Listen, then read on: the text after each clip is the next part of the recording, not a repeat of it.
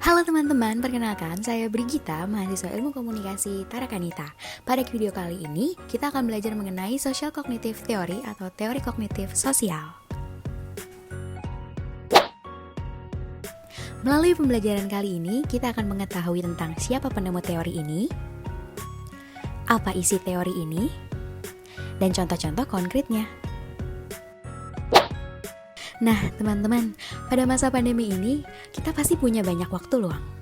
Hayo, siapa dari teman-teman yang menghabiskan waktunya untuk movie marathon? Setelah menonton sebuah film atau series, teman-teman pernah gak sih merasa ingin untuk mengikuti perilaku yang diperagakan oleh pemain dalam film yang kita tonton? Misalnya, setelah menonton film 5 cm, kita jadi punya hobi naik gunung. Lalu, setelah kita melihat film Dylan, kita jadi suka ngegombal.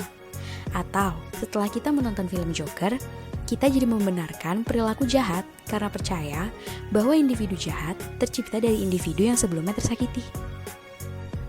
Teman-teman, perilaku meniru ini merupakan sebuah proses belajar yang mana membuktikan bahwa individu belajar dari hasil observasi terhadap individu-individu lainnya. Teori yang ditegaskan oleh Albert Bandura ini disebut sebagai Social Cognitive Theory. Albert Bandura sendiri merupakan seorang psikolog asal Kanada.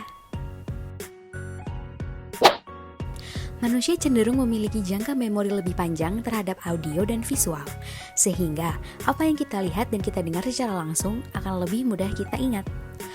Memori yang tersimpan ini nantinya akan dapat kita gunakan untuk berperilaku dalam situasi sehari-hari.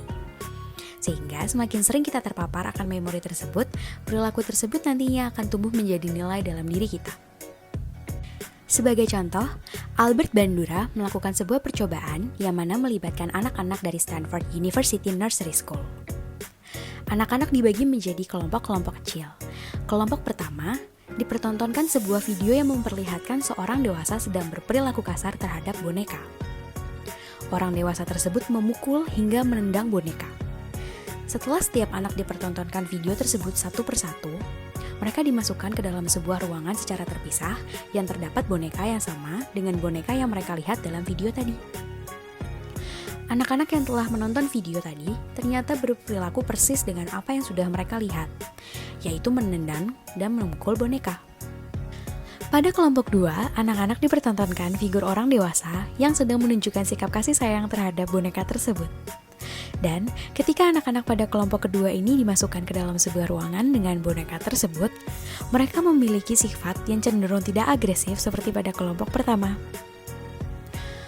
Pada kesempatan lain, Albert Bandura melakukan penelitian terhadap sebuah kelompok berisikan 24 orang anak-anak.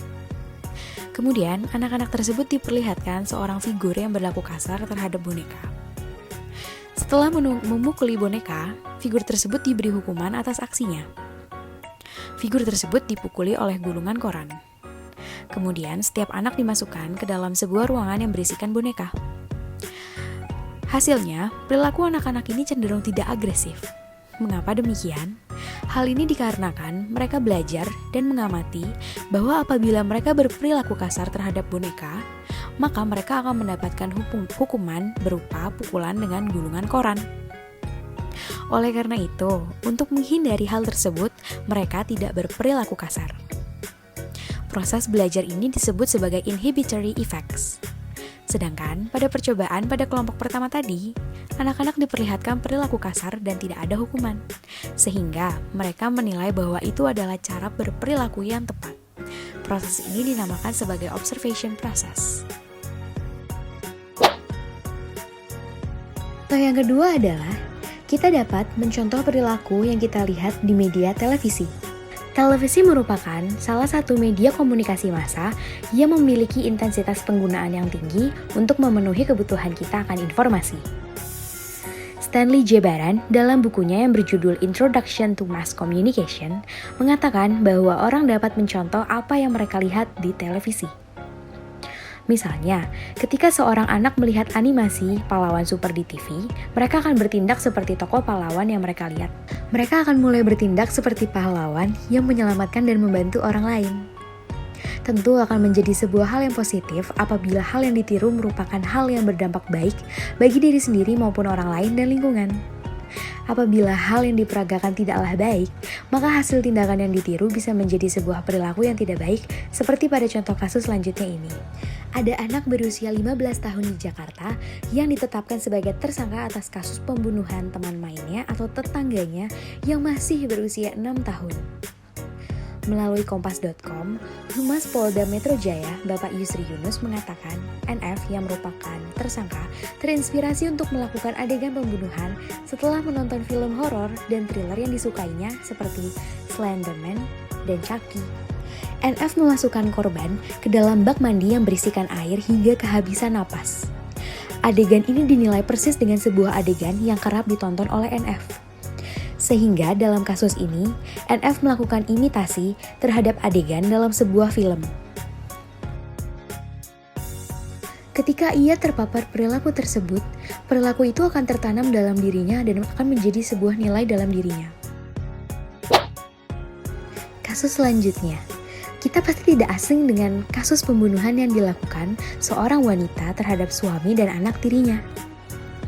Kasus yang terjadi di Sukabumi ini diakui salah satu tersangkanya, yaitu AK, dapat terjadi akibat terinspirasi dari sinetron atau film televisi yang sering ia tonton.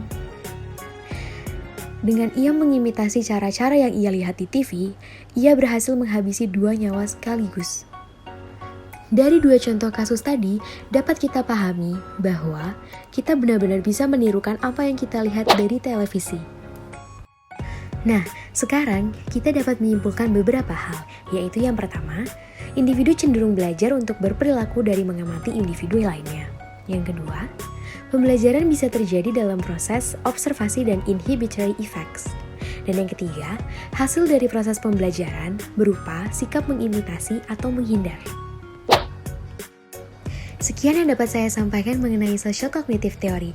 Don't forget to like, comment, and subscribe, and see you on the next video.